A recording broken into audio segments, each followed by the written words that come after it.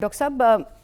ابھی چونکہ بات ہم کر رہے ہیں ان پی ٹی آئی کے امیدواروں کی جن کو اجازت ملی ہے، ان میں سمبولک امپورٹنس بہت زیادہ ہے۔ پرویز الہی صاحب کی ان کو بھی اجازت مل گئی ہے، صنم جاوید بھی امپورٹنٹ ہیں۔ ابھی ڈاکٹر صاحب کہہ رہے تھے کہ ٹائم بہت لگا دیا، وقت نہیں رہا ان کے پاس کیمپین کرنے کا، لیکن کیا آپ سمجھتے ہیں کہ کیمپین تو ان کی آلریڈی ہو چکی، اتنا تو یہ ہائی لائٹڈ رہے کیسز کو لے کے، کیا امپیکٹ ہوگا؟ دیکھیں، انتخابات جو لوگ کرا رہے ہیں شاید ان کو انتخابات کی اہمیت کا اندازہ نہیں۔ اس سے ایک قوموں کی تقدیر بدلتی ہے، اس سے ملک میں استحکام بھی پیدا ہو سکتا ہے، عدم استحکام بھی پیدا ہو سکتا ہے۔ ایک حکومت پہ جو انتخابات کے نتائج کے طور پہ بنتی ہے، اس کے اوپر عوام کا اعتماد بھی ہو سکتا ہے اور عوام کا اعتماد بھی نہیں ہو سکتا ہے۔ یہ تمام چیزیں میرا خیال ہے کہ ملحوظ خاطر نہیں رکھی گئی کہ الیکشن کمیشن آف پاکستان کی طرف سے جو پابندیاں لگی ہیں ایک سیاسی جماعت پہ، اور اس کے بعد جو ریٹرننگ آفیسرز ہیں انہوں نے جو فیصلے کیے ہیں کچھ امیدواروں کو نااہل قرار دینے کے لیے، وہ ان کے ہائی کورٹ سے ہوتے ہوئے وہ سپریم کورٹ میں پہنچے، سپریم کورٹ میں جا کے ان کو ریلیف ملا ہے۔ تو آخر جنہوں نے غلط فیصلے کیے ہیں الیکشن کمیشن آف پاکستان کی سطح پہ یا آروز کی سطح پہ، ان کے لیے آپ نے قانون میں کوئی حساب کتاب رکھا ہوا ہے کہ ان کا احتساب ہو سکتا ہے کہ آخر کس بنیاد پہ کہ وہ قانونی قرار دے رہے ہیں، سپریم کورٹ اس کو غیر قانونی قرار دے رہی ہے، تو غیر قانونی جو قرار دینے والے ہیں آخر وہ متعصب تھے یا یہ ہے کہ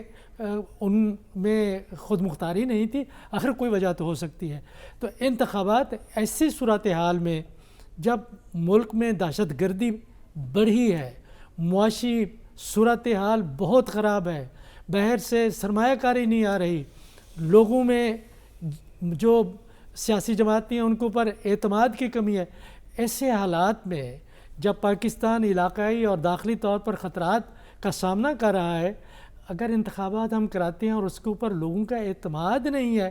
کہ یہ منصفانہ، شفاف اور آزادانہ ہو رہے ہیں، تو جو بھی نتائج نکلیں وہ پاکستان کے مستقبل کے لیے درست نہیں ہوں گے۔ سمبولک ویلیو ضرور ہے، 3-4 کیسز ہیں۔ اگر انڈیپینڈنٹ، پہلی تو بات یہ ہے کہ ایک پارٹی جس کی کہ 43% سب سے زیادہ پاپولر ووٹ پرسنٹیج تھی 2018 کے انتخابات میں، ایک پارٹی کو ہی آپ مکمل طور پہ باہر کر دیں تو اس سے کیا تاثر جاتا ہے۔ میرا خیال ہے کہ ہم یا الیکشن کمیشن بہت نقصان کر چکا ہے انتخابات سے حوالے سے ملک کا۔ اب بھی اگر وقت ہے، میں سمجھتا ہوں کہ لوگوں کا اعتماد بحال کیا جائے، اور جو معطوب سیاسی جماعت ہیں ان کے لوگ اگر اس وقت آزاد امیدوار کے طور پہ انتخابات لڑ رہے ہیں تو ان کے پوسٹر بھی لگنے دیے جائیں، جلسے جلوس بھی ہونے چاہیے، تب مقابلہ ہوگا کہ ایک طرف سے ایک سیاسی جماعت لاہور میں یا 2 سیاسی جماعتیں کئی مہینوں سے مہم چلا رہی ہیں، اور اگر صنم جاوید کو یا پرویز الہی صاحب کو صرف 2 ہفتے ملتے ہیں تو یہ ناانصافی تو ہے، اور اسے کیا تاثر جاتا ہے ملک میں اور ملک کے باہر۔ ڈاکٹر رسول بخش رئی صاحب، آپ سمجھتے ہیں کہ یہ جو نمبر بڑا ہے نوجوان ووٹرز کا، یہ اثر انداز ہو سکتا ہے انتخابات کے نتائج کے اوپر بھی؟ اور دوسرا یہ کہ یہ جو آزاد امیدواروں کے بارے میں ہم پرسیپشن کی بات کر رہے تھے، کیا یہ جان بوجھ کے بنائی جا رہی ہے کہ یہ اپنی وفاداریاں تبدیل کریں گے؟ جیسے صافی صاحب نے بتایا کہ حلف بھی دینا پڑے جو پوٹینشیل وننگ کینڈیڈیٹس ہیں پی ٹی آئی کے حمایت یافتہ، کیا سمجھتے ہیں آپ؟ دیکھیں، حلف کی تو کوئی حیثیت نہیں ہوتی، وہ لوگ حلف دینے کے بعد، قسمیں اور وعدے کرنے کے بعد ہمیشہ دیکھتے ہیں کہ ان کا فوری طور پہ فائدہ کہاں پہ ہے، تو وہ اپنا بھیس بھی بدل لیتے ہیں، نیت بھی بدل جاتی ہے اور سیاسی وفاداری بھی بدل جاتی ہے، ان کی کوئی اہمیت نہیں ہے۔ لیے جائیں تو اس کی کوئی اہمیت نہیں ہے، بعد میں دیکھیں گے کہ کیا ہوتا ہے۔ بات اصل میں نوجوانوں کی ہے، نوجوانوں کو دیکھنا ہوگا کہ ان کا اس وقت پاکستان کے سیاسی نظام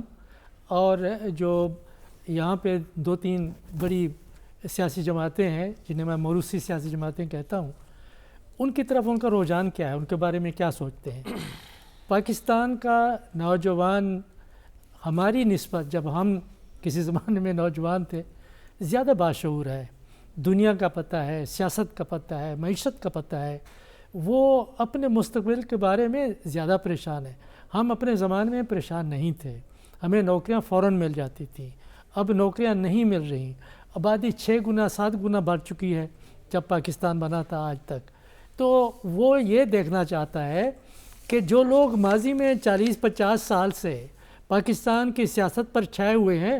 انہوں نے پاکستان کو کہاں لا کے کھڑا کیا ہے. کہ پاکستان کا وہ موازنہ کرتے ہیں ہمسایہ ممالک سے, وہ دنیا سے کرتے ہیں, اور جب وہ کرتے ہیں تو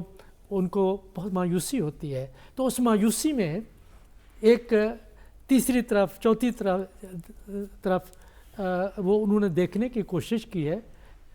اور میرا نہیں خیال ہے کہ وہ جو موروثی سیاسی جماعتیں ہیں نوجوانوں کا,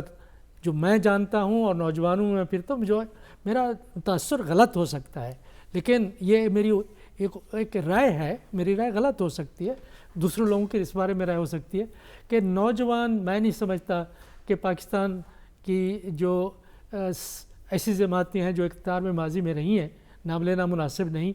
وہ رہی ہیں, ان کی طرف ان کا رجحان نظر نہیں آتا. بات وہی ہے کہ اگر وہ بڑی تعداد میں نکلے اور نکل کے انہوں نے ووٹ اس دفعہ دیا